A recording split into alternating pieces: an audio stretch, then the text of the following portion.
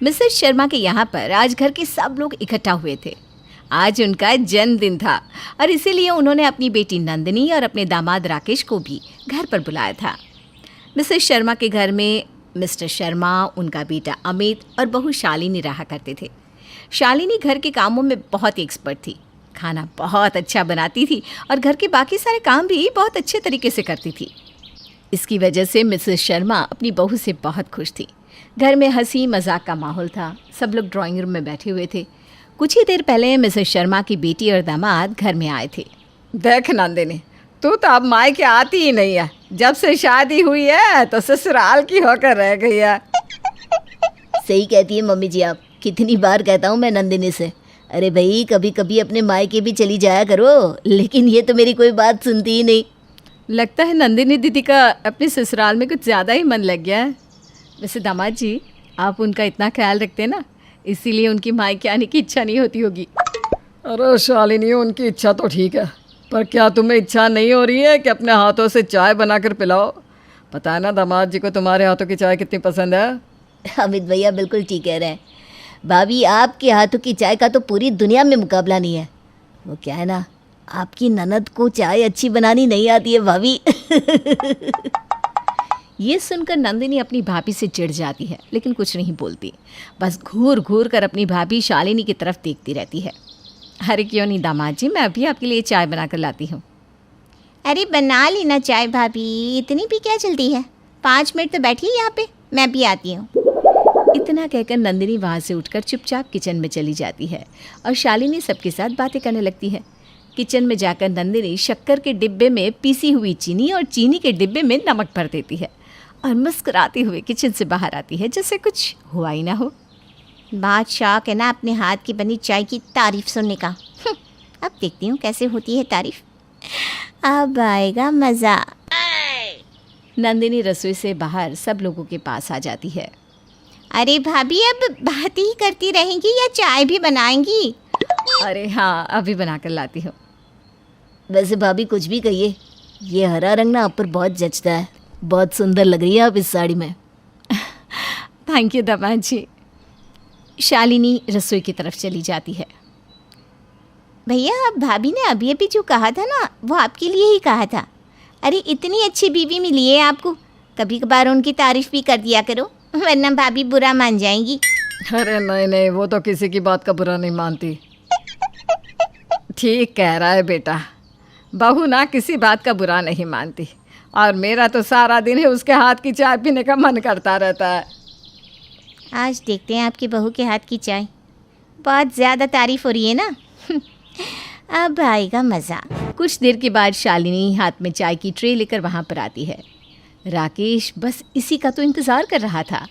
भाभी के हाथ की चाय पीकर सारी थकान उतर जाएगी। चाय के साथ आप लोगों के लिए समोसे भी बनाकर लाई हूँ। अरे वाह बहू, ये बहुत अच्छा किया तुमने। ये देखो, मेरी सहेलियाँ मिसेस गुप्ता और मिसेस राठौड़ भी आ गई है। नमस्ते आंटी जी। देखिए, मैंने ना आप लोगों की आवाज़ सुन ली थी, इसलिए आप लोगों के लिए भी चाय बना लाई। अरे वाह भाभी, क्या बात है, आज तो आपने हम सब की मौज ही कर दी। हम सब लोगों की पार्टी से पहले ही पार्टी हो गई। अभी तो मम्मी के बर्थडे का केक भी नहीं कटा। मम्मी जी, आप भी चाय लीजिए ना। अरे नहीं नहीं बहू, आज ना ज़रा एसिडिटी फील हो रही है। एक काम करो, तुम सब लोग चाय पियो, मुझे नहीं चाहिए। मुझे भी नहीं चाहिए, अभी थोड़ी देर पहले ही तो चाय पी थी ना। अच्छा ठीक है। सब लोग चाय पीने लगते हैं, लेकिन सबके चेहरे के एक्सप्रेशंस बदल चुके थे। राकेश ने जैसे ही कुछ कहना चाहा, नंदिनी ने इशारे से उसे चुप करवा दिया और मिसेस शर्मा की सहेलियां भी चुपचाप चाय पीने लगी। उनके चेहरे को देखकर लग रहा था जैसे वो कुछ कहना चाहती थी, लेकिन कह नहीं पा रही थी। दरअसल चाय में शालिनी ने नमक डाल दिया था और समोसे में नमक की जगह पीसी हुई चीनी। लेकिन सबको डर था कि कहीं अपने जन्मदिन के दिन मिसेस शर्मा शालिनी से नाराज़ ना हो जाए और उसे कुछ कह ना दे, इसलिए सब बिना कुछ कहे नमक वाली चाय पी रहे थे। लेकिन सब ने चाय आधा कप से भी कम पीकर छोड़ दी और समोसे भी ज़रा ज़रा से खा के छोड़ दिए। अरे ये क्या मिसेस गुप्ता, चाय भी नहीं पी आपने और ये समोसे क्यों छोड़ दिए? ये तो आपके फेवरेट है ना। अरे वो क्या है ना, आज ज़रा पेट ठीक नहीं है मेरा, इसलिए कुछ खा नहीं पा रही हूँ। अच्छा अच्छा, कोई बात नहीं। लेकिन मिसेस राठौर, आप तो खाइए, आपका पेट तो ठीक है ना? अरे वो क्या है ना मिसेस शर्मा, आज घर पर गेस्ट आ गए थे तो उनके साथ चाय पी ली और नाश्ता भी कर लिया था, बस अभी इतना ही काफ़ी है। अरे दामाद जी, आप बताइए आपके साथ क्या हुआ है? आप तो कब से शालिनी के हाथ की चाय पीने के लिए कह रहे थे। वो क्या है ना मम्मी जी, अभी आपके बर्थडे का केक भी खाना है ना, तो बस इसलिए पेट में जगह बचा कर रख रहा हूँ। अभी चाय समोसे से पेट भर गया तो फिर खा नहीं पाऊँगा ना। मिसेस शर्मा को वैसे तो किसी की बात समझ में नहीं आ रही थी, लेकिन उनको कुछ अजीब लग रहा था। लेकिन नंदिनी के होठों पर मुस्कुराहट थी, क्योंकि उसे तो सारी बात पता थी। अरे आज तो मम्मी का बर्थडे केक भी भाभी ने बनाया है, बिल्कुल वैसा ही जैसे ये चाय बनाई है। क्या मतलब नंदिनी दीदी, अब कहना क्या चाहती हैं? अरे मेरा मतलब जैसी अच्छी चाय आपने बनाई है वैसा ही केक भी बनाया है। आज ना आप सब लोग पेट भर कर केक खाना। हाँ, ये सुनते ही वहाँ मौजूद सब लोगों के चेहरे का रंग उड़ गया। सबको लग रहा था कि शालिनी ने चाय की तरह केक भी नमकीन बनाया होगा, इसलिए सब लोग एक दूसरे की शक्ल देखने लगे।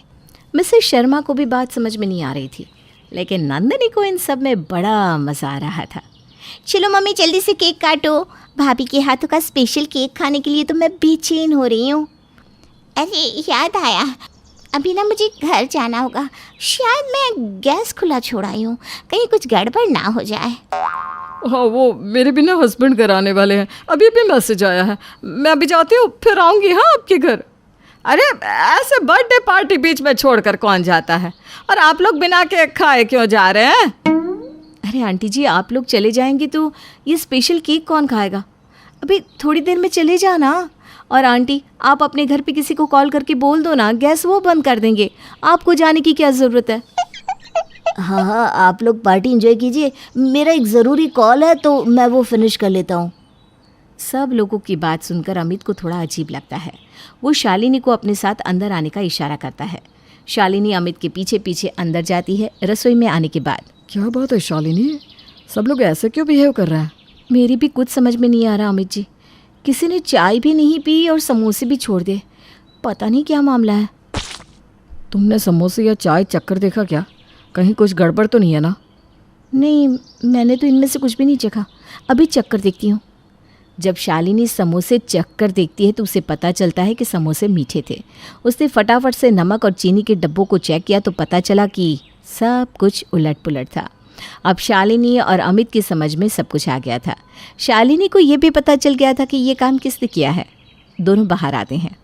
अब मुझे समझ में आया कि आप लोग पार्टी से भागने की कोशिश क्यों कर रहे हैं। डरिए मत, मेरी बीवी ने केक में शक्कर ही डाली है, नमक नहीं।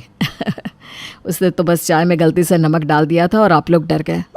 क्या चाय में नमक था? हाँ मम्मी जी, और समोसे में चीनी। लेकिन आप लोगों ने बताया क्यों नहीं? ताकि बर्थडे के दिन आपका मूड ख़राब ना हो जाए, इसलिए। वैसे मीठे समोसे इतने भी बुरे नहीं थे। हाँ। अरे अच्छा ही है ना, हमने इस बहाने चाय कम पी और समोसे भी कम खाए। वैसे भी ये कोई हेल्दी चीज़ तो है नहीं। सब लोगों की बात सुनकर मिसेस शर्मा को हंसी आ गई, लेकिन नंदिनी के होश उड़ गए। उसे लगा कि शालिनी सबके सामने उसकी पोल खोल देगी, लेकिन शालिनी ने ऐसा कुछ नहीं किया। उसने इशारे से बस नंदिनी को ये बता दिया कि उसे नंदिनी की करतूत पता चल गई है। चाय नमकीन होने से पार्टी में हंसी का माहौल था, और इस तरह से चाय के मीठा ना होने पर भी मिसेस शर्मा की पार्टी काफ़ी अच्छी हो गई, क्योंकि केक बहुत अच्छा बना था। कहानी मीरा की है, जिसे सिर्फ पढ़ने का शौक था। वो खूब पढ़ती, दिन रात मेहनत करती, और फिर एक दिन, माँ मेरी नौकरी लग गई, मैं तो चली बॉम्बे। अरे तू ना पागल हो गई है? पता है वहाँ का खर्चा कितना है? कमाई जितनी नहीं उतना तो रहने खाने में ही निकाल देगी। तो तुम लोग हो ना, कुछ कम पड़ी तो कर देना मनी ऑर्डर। हाँ, यहाँ तो पहाड़ है ना पैसों का। सारा पैसा पढ़ाई में लगा दिया, अब पालने में भी ना ना ना ना। तभी वहाँ पिता आ जाते हैं। देखो मेरा के लिए रिश्ता आया है, वो भी बॉम्बे का।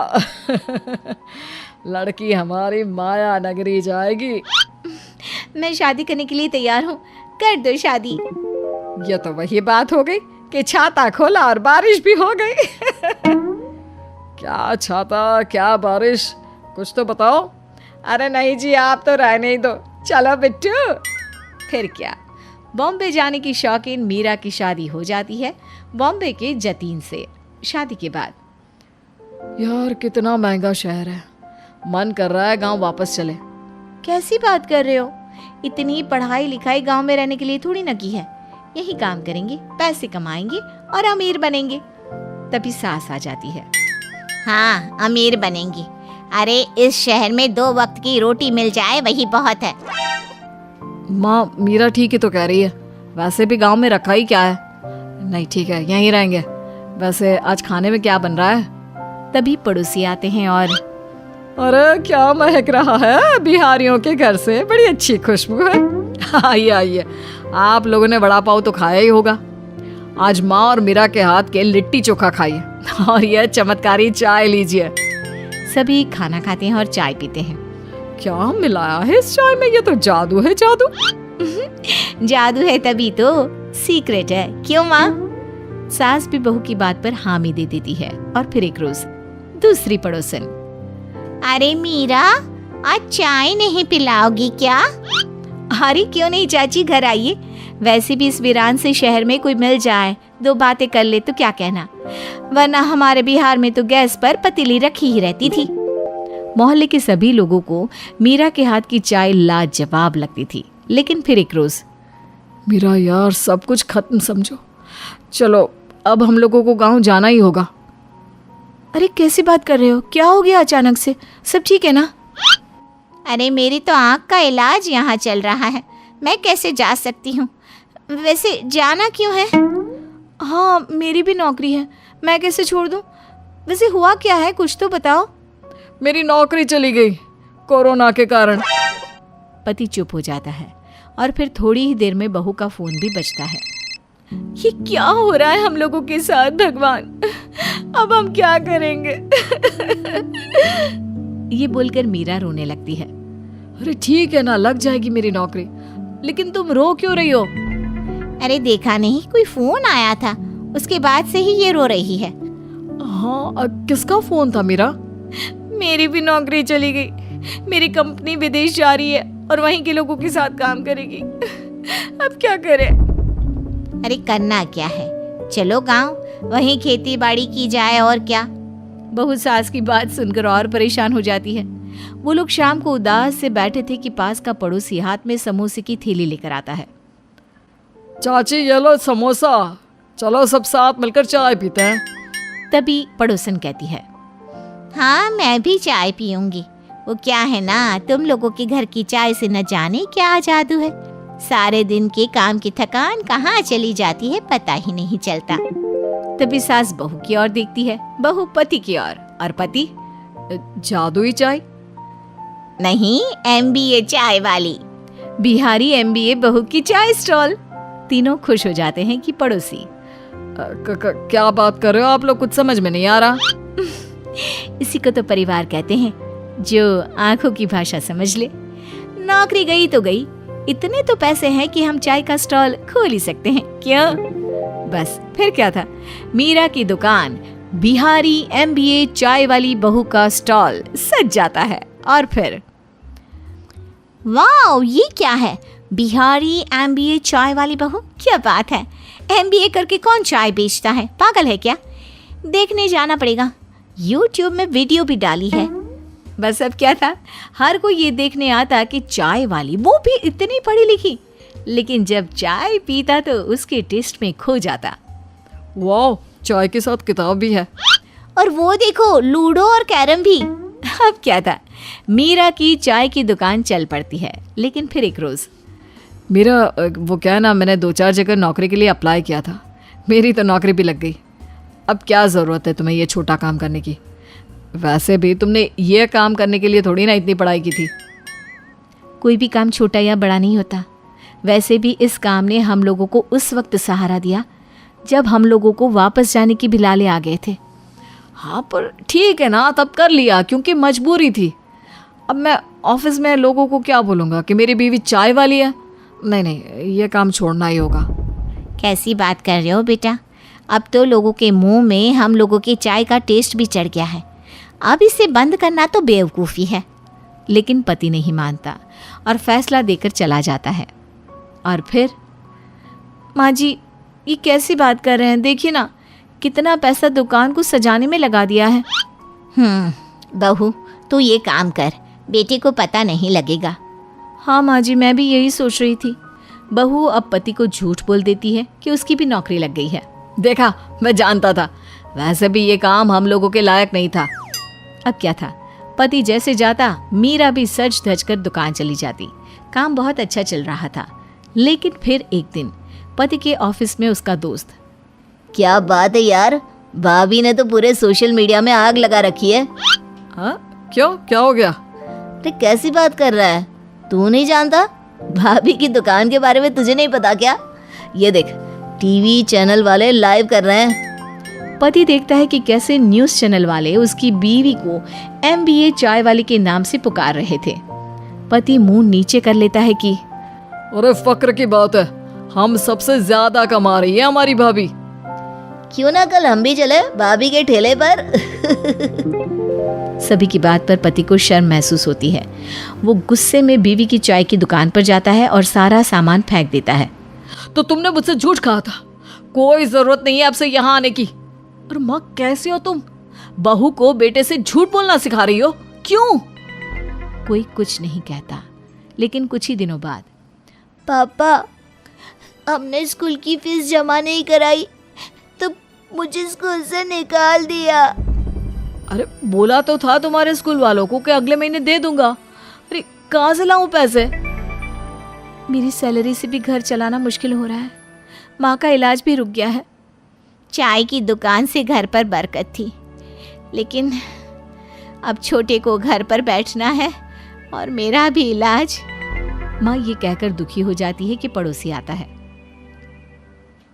चाची चाय दे दो, बस चाहे जितने पैसे लेने हो ले लो। तुम्हारी चाय के बिना तो अब नींद नहीं आती, सर दर्द बना रहता है। सबकी बात सुनकर पति को न जाने क्या होता है। मेरा चाय की दुकान फिर खुलेगी और इस बार और अच्छे से। मीरा और सास पति की बात सुनकर खुश हो जाते हैं और एक बार फिर खुल जाती है MBA बहू की चाय शॉप। अब नहीं होता मुझसे काम। 3 बेटों की माँ हूँ मैं, पर देखो आज भी काम कर रही हूँ। अरे मम्मी तुम भी ना, क्यों करती हो इतना काम जब होता नहीं तो? कल ही मैं खाना बनाने वाली रखवा देता हूँ। बस बोल दिया तूने। अरे कुक रखने से क्या होता है, वहीं खड़े रहो, एक एक काम बताओ उसे, तब जाकर वो कुछ करेगी। और तुम्हारे पापा किसी और के हाथ का खाना खाना नहीं चाहते? मम्मी अब थोड़ा कॉम्प्रोमाइज़ तो करना पड़ेगा ना। अरे तू नहीं जानता बेटा, उनकी निगरानी रखनी पड़ती है, वरना इनका क्या है, चोरी करके ले जाए राशन, नुकसान तो हमारा होगा। कोई नोटों की गड्डियाँ तो रखी नहीं घर पर, क्या अगर कुछ चला भी जाए तो अफसोस ना हो। अरे भाई बचत करके चलना पड़ेगा ना। तो और क्या उपाय है मम्मी? बहू ले आओ बस। तुम्हारी दादी तो 30 की उम्र में चौके चूल्हे से दूर हो गई थी और मैं 60 की उम्र में भी खाना पका रही हूँ। मुझे भी तो आराम चाहिए। कितने सपने थे मेरे, पर तुम लोग हो कि शादी के लिए तैयार ही नहीं होते। ठीक है मम्मी, देख लो लड़की, ले आओ बहू, देखता हूँ कौन तुम्हारा काम हल्का करती है। आजकल बहुओं से खाने की उम्मीद करना हवा में महल बनाने के समान है। अरे कुछ नहीं देगी तो सुबह की चाय तो दे ही देगी ना, बाकी काम मैं निकलवा ही लूँगी। इस उम्र में मुझसे अब लड़की नहीं देखी जाएगी। अरे उसकी चिंता आप मत कीजिए, लड़की तो मैंने पहले ही देख रखी थी, बस अमन की हाँ का इंतज़ार था। एक कप चाय तो पिला दे सुजाता। अरे बहू ही पिलाएगी अब। सुजाता अपनी पसंद की लड़की से अमन की शादी करवा देती है। शादी के दूसरे दिन, क्या बात है, बहू अभी तक उठी नहीं? 10 बज गए।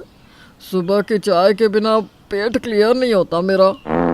अरे कल तो शादी हुई है, थक गई होगी बेचारी, क्योंकि काजल की माँ ने कहा था कि 4 बजे के बाद 1 मिनट भी बिस्तर पर नहीं रहती वो।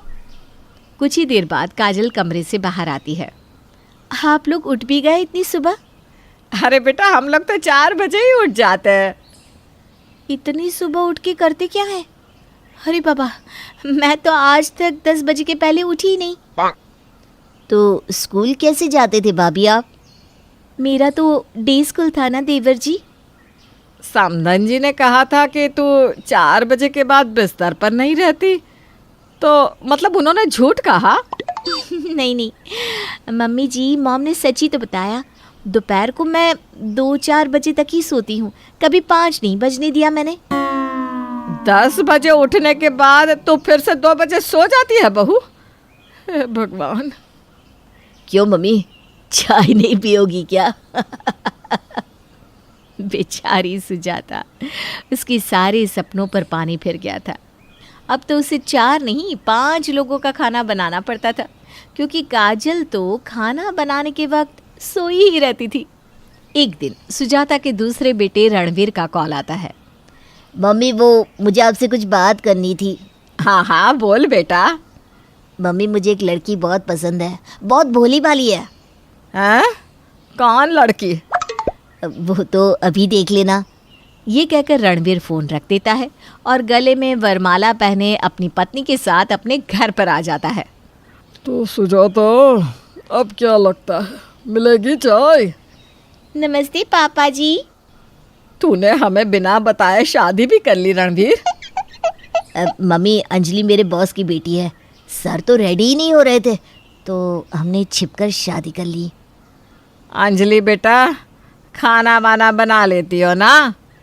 हाँ आंटी, खाना खा लेती हूँ, बनाते तो कुक थे ना घर पर। सुजाता सर पीट लेती है। अब उसे 2 और लोगों का खाना जो बनाना था। बेचारी सुजाता। इसी तरह कुछ दिन बीतते हैं और इन दिन गुस्से में सुजाता कहती है, ये तो हद हो गई है, किसी को कोई काम नहीं करना। अब मैं बस निखिल और निखिल के पापा के लिए खाना बनाऊंगी, बाकी तुम दोनों अपना और अपने अपने पतियों का देख लो। अब सुजाता बस एक ही बार सुबह खाना बनाकर रख देती, जो तीनों माँ बेटे खा लेते। ना सुबह काजल वक्त पर उठती और ना ही अंजलि। 2 लड़कों को काम पर भूखे ही जाना पड़ता। दोपहर के वक्त आई एम हंग्री। मुझे भी बहुत भूख लग रही है, बाहर से ऑर्डर कर ले क्या? हाँ ये सही है। काजल और अंजलि अब बाहर से ही खाना ऑर्डर करके खाने लगती है और अपने पतियों को भी खिलाने लगती है। लगातार बाहर का खाना खाने के कारण अमन की तबीयत बिगड़ जाती है। मेरा पेट काजल। ओह गॉड, अचानक आपको क्या हो गया? मम्मी जी देखिए ना। हाँ मैंने डॉक्टर को बुलाया है, आता होगा वो। कुछ देर में डॉक्टर उनके घर पहुंचते हैं और अमन को डायग्नोस करते हैं। लगता है बाहर का खाना कुछ ज़्यादा ही खाते हैं आप। घर का खाना खाइए वरना दिक्कत हो सकती है। अभी के लिए दवाई लिख दी है, दर्द कम हो जाएगा, डोंट वरी। इतने दिन बाहर का खाना खाने के कारण शायद ऐसा हो रहा है। मुझे तो लगा था कि मेरे खाना ना बनाने पर तुम लोग खुद कुछ कोशिश करोगी, पर तुम लोग ने तो आसान रास्ता अपना लिया। देखो अब कौन भुगत रहा है। अब मैं कुकिंग करूंगी मम्मी जी, घर पर ही खाना बनाऊंगी। मुझे तो लगता है निखिल की भी शादी कर देनी चाहिए, फिर हम तीनों एक टाइम खाना बना लेंगे, किसी को दिक्कत ही नहीं होगी। और ऐसा ही होता है। सुजाता की तीसरी बहू भी आ जाती है और अब तीनों एक एक वक्त खाना बनाने लग जाती है। पर सुबह उठना अब भी एक मसला था। अरे कोई चाय पिलाएगा क्या? अरे कोई चाय बनाए तो मुझे भी दे देना। 9 बजे नाश्ता बनाने स्नेहा कमरे से बाहर आती है। बहू चाय पिला दे, बड़ी बदहजमी हो रही है। थोड़ी जल्दी उठ जाया करना बहू। कोई मुझे रात भर काम करवा ले पर उठने को ना बोले मम्मी जी, उठा नहीं जाता मुझसे जल्दी। स्नेहा रसोई में जाकर चाय बनाकर लाती है। तभी अंजलि और काजल सर पकड़े कमरे से बाहर आती हैं। अरे क्या हो गया तुम दोनों को? सुबह चाय चाय की आवाज़ से सर में दर्द हो गया है, अब मुझे चाय पीनी पड़ेगी। एक शाम सुजाता और भैरव साथ बैठे होते हैं। भैरव कुछ सोच रहा होता है। क्या हुआ जी, क्या सोच रहे हो? इस चाय के मसले का हल सोच रहा हूँ, कुछ तो करना ही पड़ेगा। चलो मिल गया उपाय। रात को खाने के टेबल पर मैं अपनी जायदाद का बंटवारा करना चाहता हूँ। 4 हिस्से, 20-20% तुम तीनों भाइयों का और 40 मेरा। मरते वक्त मैं उसे दे जाऊंगा जो इस बूढ़े को वक्त पर चाय पिला दे, मुझे समय पर खाना दे दे। ये बात सुनते ही तीनों बहुओं के कान खड़े हो जाते हैं और फिर सोचने की ज़रूरत ही नहीं कि अगली सुबह क्या हुआ होगा। सुबह 5 बजे। पापा जी उठ जाइए, चाय का वक्त हो गया है। नाश्ता अभी तैयार कर दूं क्या पापा जी? पापा जी को फ्रूट्स खाने हैं पहले, है ना पापा जी?